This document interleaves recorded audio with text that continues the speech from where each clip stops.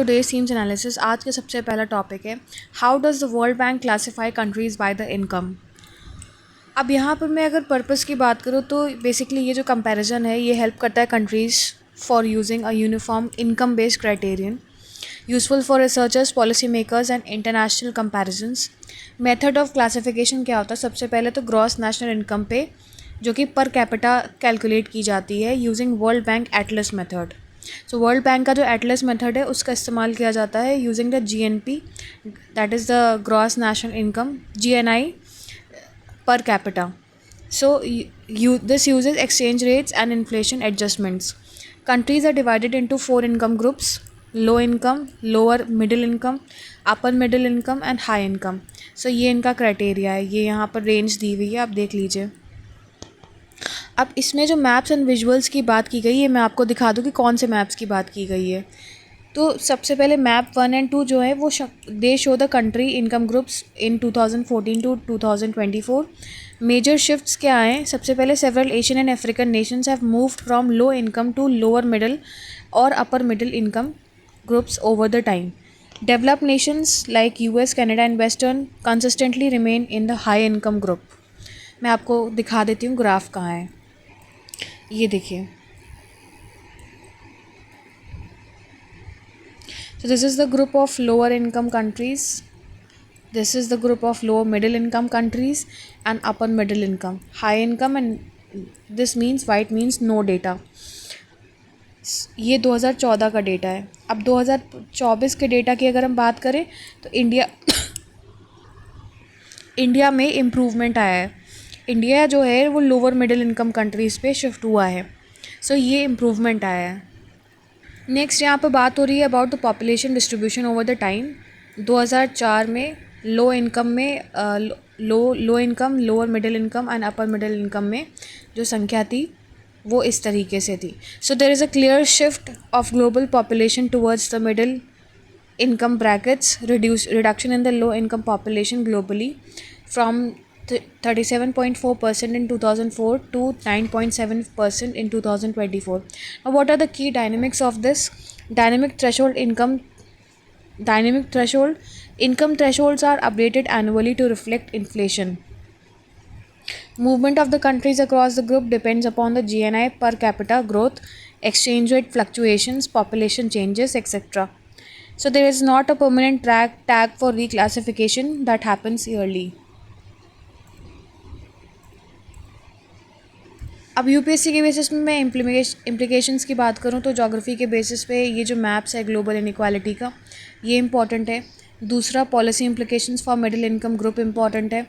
तीसरा GS paper 3 में आपका economic classification and development indicators important.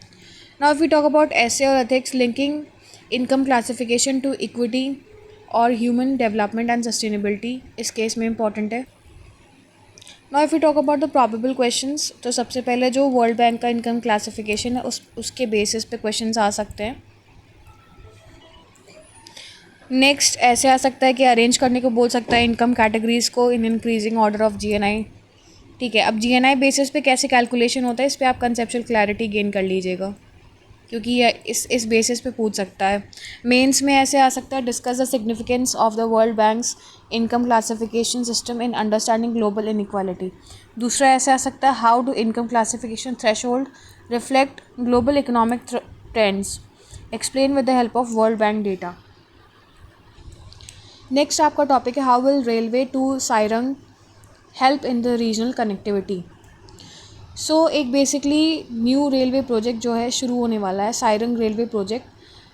New 51.38 kilometre railway line from Bairabi to Sairang that is in Mizoram will be started. Sairang is 18 kilometre short of Aizawl, Mizoram capital. Project cost जो है वो इतना पड़ेगा, 48 tunnels रहेंगे, 142 bridges का इस्तेमाल होगा। कंस्ट्रक्शन चैलेंजेस क्या हैं? Landslides, terrain, manpower and material transport issues. 18 workers died during the bridge collapse that is August 2023। Strategic importance की अगर हम बात करें तो this will improve connectivity to remote Mizoram, earlier access mainly via air. This will cut travel time to 1.5 hours and reduce the transportation cost. So this supports tourism, trade and act east policy goals. अब ये जो act east policy goals है ये important है यहाँ पर, इस पर कंसेप्चुअल क्लैरिटी आप ले आइएगा। Critical for India Myanmar Thailand connectivity and linking to Asian. Now what is the link with the act Asian policy. तो पीएम ने 2014 में अनाउंस किया था इस पॉलिसी को, एक्ट एशियन पॉलिसी को। Upgraded, now this is the upgraded version of look east policy in 1991। So now this aims to make Northeast a gateway to Southeast Asia, boost infrastructure, trade and diplomacy with the ASEAN states। अब ये ASEAN states कौन से, वो countries हैं basically, वो country Nations हैं जो कि एक ग्रुप में हैं, ठीक है, they form a group called as ASEAN। So what are the challenges to regional connectivity. सबसे पहले एथनिक कॉन्फ्लिक्ट जो मणिपुर में चल रहा है, has stalled Imphal more rail link, ठीक है, has stalled the Imphal more rail link. Political instability in Myanmar and Bangladesh affecting progress. ₹904 crore Kaladan project Myanmar delayed, crucial for linking Mizoram to Kolkata via port। Now if we talk about the probable UPSC questions, तो देखिए prelims based नहीं आएगा but act east policy पे आ सकता है, ठीक है। Mains में ऐसे आ सकता है, discuss how infrastructure projects like Sairang railway boost regional connectivity and serve India's act east policy. So इस टाइप के इनडायरेक्ट बेसिस पे क्वेश्चन आ सकते हैं। दूसरा ऐसे आ सकता है, examine the challenges faced in implementing India's act east policy in the current geopolitical context.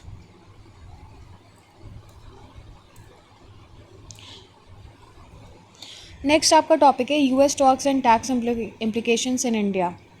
Investing in US stock markets comes with a territory. The profit earning potential might appear to be rosy, but behind the scene lies mammoth challenge of complying with the local tax laws। अब ये है क्या, इसके बारे में देखते हैं। So if we talk about the overview, investing in the US stocks by the Indian residents comes with a legal, tax and compliance challenges। complexity भी है in disclosure, taxation and logistics। So if you talk about the legal framework, ये this is governed under Liberalized Remittances Scheme (LRS), introduced in 2004. This allows up to $250,000 per year per individual for foreign investment। So now this is a bar. Tax collected at a source applies if remittances are more than 7 lakh rupees। Taxation on US dividends क्या है, 25% withholding tax in the US, balance amount is taxable in India as per the slab rates। What is the relief under DTA, double tax avoidance agreement, by claiming credit via Form 67। अब capital gains tax की अगर हम बात करें, सो more than 24 months holding में long term capital gains आते हैं जो कि 20% प्लस सरचार्ज उसमें टैक्सेस लगते हैं। अगर लेस देन 24% है तो ये शॉर्ट टर्म कैपिटल गेंस में आते हैं। So this is taxed as per the Indian slab. So what are the mandatory disclosures which are mentioned in that article? So this must declare in US stock in Schedule FA of ITR। ये आपको मालूम होना चाहिए, important है ये। This applies even if $1 is invested or no gains are made। So failure attracts ₹10 lakh fine per year and possible 7 years imprisonment under Black Money Act 2015। Risk and compliance क्या है, there is a non-disclosure may lead to hefty penalties, scrutiny from income tax department, voluntary disclosure under updated ITR safer। ITR is safer। So voluntary disclosure, they are talking about voluntary disclosure कि ये होना ही चाहिए under the updated ITR, which will be safer for the people to invest। अब UPSC के basis पे relevance की अगर मैं बात करूँ तो जीएस पेपर 3 में इकोनॉमिक पर्सपेक्टिव से इंपॉर्टेंट हो जाता है foreign investment laws, tax compliance in international markets, LRS, DTA and black money act. ये ज़रूर आप इस पर रिसर्च कर लीजिएगा, ये इंपॉर्टेंट है, ये वाला जो पॉइंट है। एथिक्स एंड ऐसे में उतना इंपॉर्टेंट नहीं, but transparency and tax compliance पे ये चीज़ें आ सकती हैं। So if you talk about the probable questions, तो LRS limit for Indian citizens के ऊपर स्टेटमेंट बेस्ड क्वेश्चंस आ सकते हैं। स्टेटमेंट्स को स्वैप किया जा सकता है. See this will not come. Mains में कैसे क्वेश्चन आ सकते हैं? Discuss the challenges faced by the Indian investors in foreign stock markets with respect to taxation and compliance. How does the double tax avoidance agreement DDAA help the individuals investing in the international assets? देखिए ये नहीं आने वाला है, form 67 के ऊपर बिल्कुल भी नहीं आएगा. सो इसे रहने दीजिए. नेक्स्ट आपका टॉपिक है Karnataka government shrinks buffer zones based on the size of water bodies. Small tanks will not require them. अब ये देखिए बफर जोन क्या होता है, क्या लॉज है उस पर. सो इस तरीके से हमको देखना पड़ेगा. So if we talk about the buffer zones, they refer to regulated areas which are sensitive to ecosystems such as water bodies, forest protected areas, where limited or no interference, no development activities allowed. So purpose क्या है? Prevent pollution and encroachment, preserve ecological balance, act as safety belts to mitigate environmental hazards like flooding and contamination. In the context of water bodies, these buffer zones they help prevent construction and sewage flow near the lakes or tanks or rivers. They maintain groundwater recharge, supply biodiversity and reduce urban flooding. अब ये जो natural buffer systems है इनके बारे में आप पता कर लीजिएगा ये होते कौन है.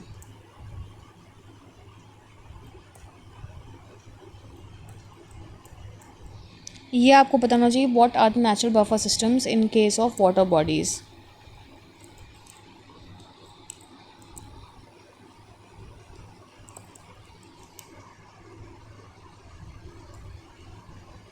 सी ये न्यूज़ इम्पॉर्टेंट नहीं है, बट इस न्यूज़ से ज़्यादा इम्पॉर्टेंट जो है वो ये एस्पेक्ट है. That is why I highlighted this. So Karnataka का प्रपोजल क्या है 2025 में?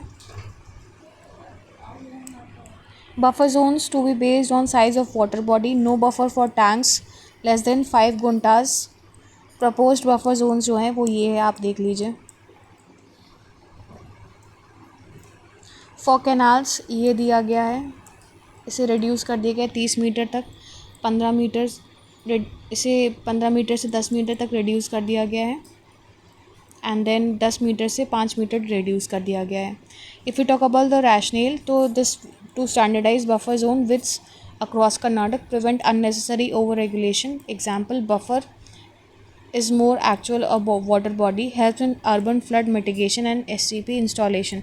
STP installation क्या है, इस पर कंसेप्चुअल क्लैरिटी आप ले आइएगा एक बार, एक नोट्स बना लीजिएगा कंसेप्चुअल बेसिस पे. STPs क्या होते हैं? So as I told you prelims में definition of buffer zones, wetland, catchment area, ये सब आ सकता है. बॉडीज़ लाइक NGT, ये नहीं आएगा क्योंकि ये स्टेट बेस्ड है, तो ये नहीं है. NGT आ सकता है. मेंस में आ सकता है discuss the importance of buffer zones around water bodies in sustainable urban development. Evaluate the impact of reducing buffer zones in ecological conservation and water resilience. So इस तरीके के क्वेश्चंस आ सकते हैं. नेक्स्ट आपका टॉपिक है another slip up by India in trade pact with the UK. Another slip up by India in the trade pact with the UK. सो अगर हम यहाँ पर बात करें तो ये जो UK के साथ सेटलमेंट हुई है, सेटा अग्रीमेंट हुआ है, that is comprehensive economic and trade agreement, उसके बारे में बात की जा रही है. उसमें कंसर्न्स रेज किए जा रहे हैं over the India's stand on intellectual property rights, that is the IPR पे कंसर्न्स रेज किए जा रहे हैं, particularly regarding the voluntary versus compulsory licensing.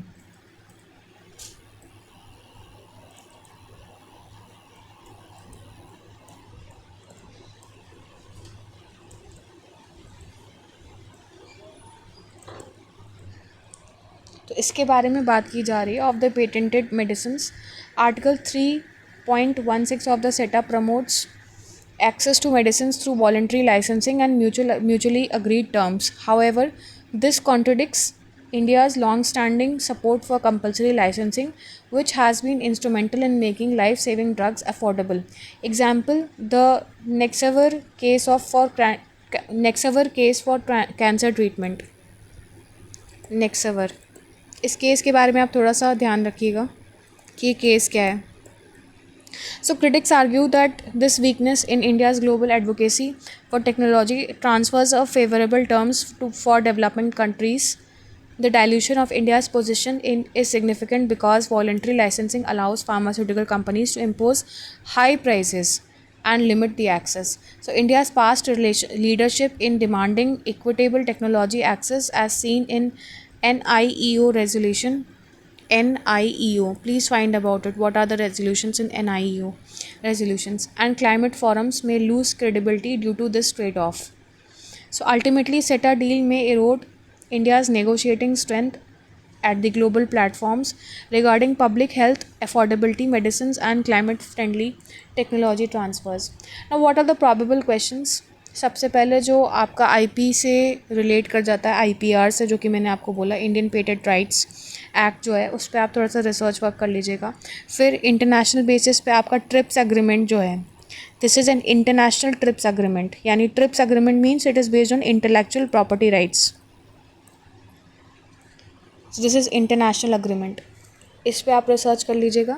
अब अगर मैं मेंस बेसिस पे बात करूँ तो मेंस बेसिस पे क्या है, सबसे पहला क्वेश्चन ऐसे आ सकता है, discuss the implications of India trade agreements on access to affordable medicine and public health. दूसरा ऐसे आ सकता है, how does compulsory licensing help developing countries ensure access to life saving drugs, evaluate in the light of India UK सेटा.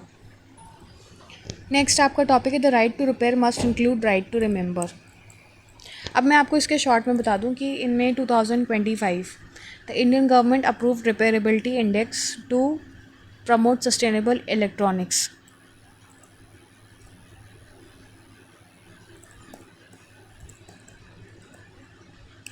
आई am literally sorry, एकदम से. See this is the repairability index.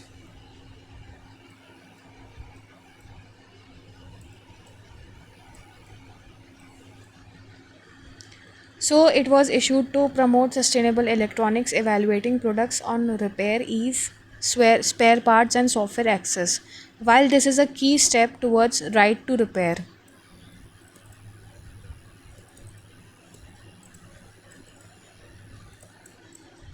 the editorial argues it must expand to include the right to remember also, preserving the culture and intellectual value embedded in local repair practices. So, India's informal repair sector, driven by tacit knowledge passed through generations, is undervalued in policy and innovation frameworks. So, with India's focus on digital public infrastructure and AI, India का main focus digital public infrastructure and AI based है. There is a risk of losing this undocumented expertise. So, formal systems often fail to capture local repair knowledge, especially from marginalized group. अब ये editorial जो बोलता है, for integrating informal repair wisdom into national innovation aligning sustainability with dignity and memory, AI should augment not erase this human knowledge to promote equitable digital growth and environmental sustainability. अब यहाँ पर जो बात हो रही है ना, यहाँ पर सी इकोनॉमिक पर्सपेक्टिव पे जो आप मोबाइल रिपेयर कराने जाते हो उसकी बात हो रही है. तो यहाँ पर कैसे क्वेश्चन आ सकते हैं आपसे, आपका पॉइंट ऑफ व्यू पूछ सकता है कि क्या एआई को एज ए सब्स्टिट्यूट यूज़ करना चाहिए और it should completely replace the humans. इस तरीके से आपका पॉइंट ऑफ व्यू जानने का यूपीएससी कोशिश कर सकता है. आई एम लिटरली सॉरी, आज मैं थोड़ा जल्दी में हूँ, मुझे कहीं जाना भी है, इसीलिए मैं बहुत जल्दी में न्यूज़ कवर कर रही हूँ. नेक्स्ट आपका टॉपिक है Trump writes to 17 pharma CEOs seeking a cut in drug prices. So US president Donald Trump ने इनिशिएट किया है a bold move to curb the soaring drug prices by writing directly to 17 pharma CEOs, including the Vasant Narasimhan of Novartis. This initiative aims to end the practice of American consumers paying significantly more for essential drugs than the consumers in Europe and other developed countries. So the letters they revealed during a White House briefing by Press Secretary Caroline Leavitt, this mark a significant escalation in the administration campaign against abusive drug pricing practices. See, here it is written. So the trigger for this action was a heartfelt letter from a mother in OU struggling to afford insulin for her son, highlighting the human cost behind drug prices. Trump criticized the previous policy proposals as insufficient, and emphasized that his administration would not accept the status quo. So it was a letter given to the pharmaceutical CEOs. Trump warned companies of strict action, asserting that failure to comply would result in the use of all tools at the administration's disposal. The move underscores his administration's broader push for healthcare systems and healthcare reforms, ensuring affordability and fairness in drug pricing.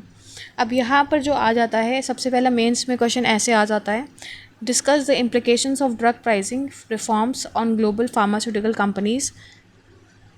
दूसरा ऐसे आ सकता है, analyse how leadership decisions in health care policy can impact access to essential medicines for the population. So this is very important. ये health sector से relate करता है और आप इसको इंडिया से रिलेट करके भी देख सकते हो कि किस तरीके से गवर्नमेंट को भी इनिशिएट लेना चाहिए ताकि लोग जो है वो अफोर्ड कर सकें. So that's all for the day. Here I end my analysis. Thank you and have a nice day. I request you to like, subscribe and share my channel.